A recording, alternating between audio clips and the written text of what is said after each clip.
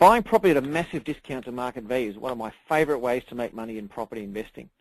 Then there's 5 reasons why people sell below market value. If you can understand those, you'll make substantial profits.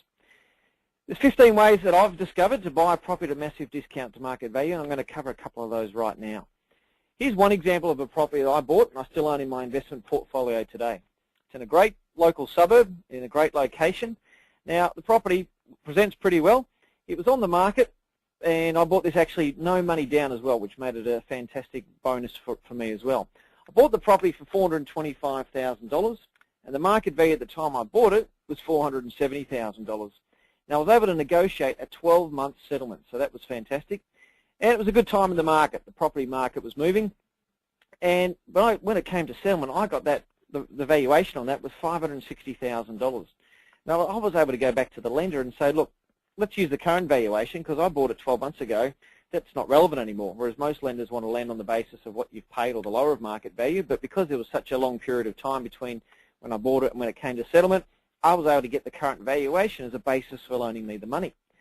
So I went and borrowed 80%. So 80% of $560,000 was $448,000.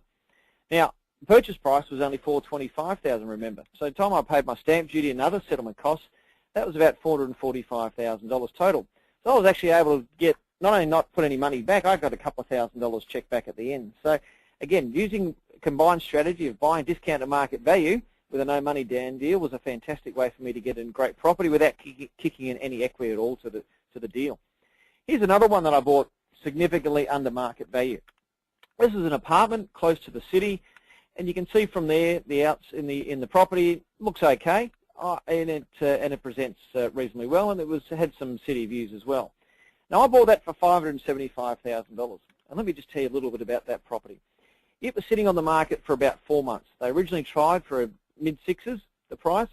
A couple of key things that was really relevant. Firstly, the agent who was selling that property lived about 45 kilometres away. Well, his office was 45 kilometres away from the property. Why the seller chose that agent, I don't actually know. So that was great because that agent wasn't too motivated, and it was in a secure complex, and you couldn't get in. So the agent wasn't too keen to do home opens, and basically no one could get through, so no one could even inspect the property to think about placing an offer. Second thing as well was that the agent was being really cheap with the advertising, so it was very poorly marketed. Lots of people didn't know it was even available for sale. And the third thing was that the seller was overseas in Hong Kong, didn't seem to care about the property, didn't know much about the market value. So there was a couple of things working in my favour, and that's just one of the ways that you can identify property significantly under market value.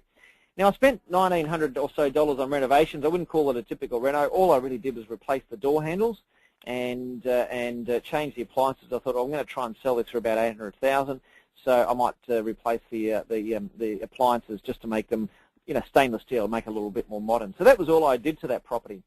Now, I was able to just sell that property, put it back on the market, and sell it for $779,000. And here's the real kicker. Because once I had it under offer, the agent was about 45 kilometres away.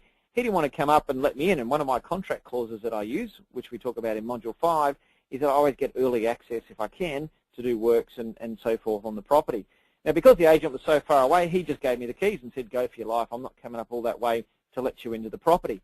Owner was overseas, so I was able to get in there, do the little bits of renovations. I had it back on the market even before I'd settled, and couldn't quite. I was hoping to time the settlements at the same time. Didn't quite work out that way. So I settled on the property, had it in my name for about 6 or 7 weeks, but I picked up $166,000 profit, which is fantastic considering I really didn't have to do anything on that property. So you can see there, that property sat on the market.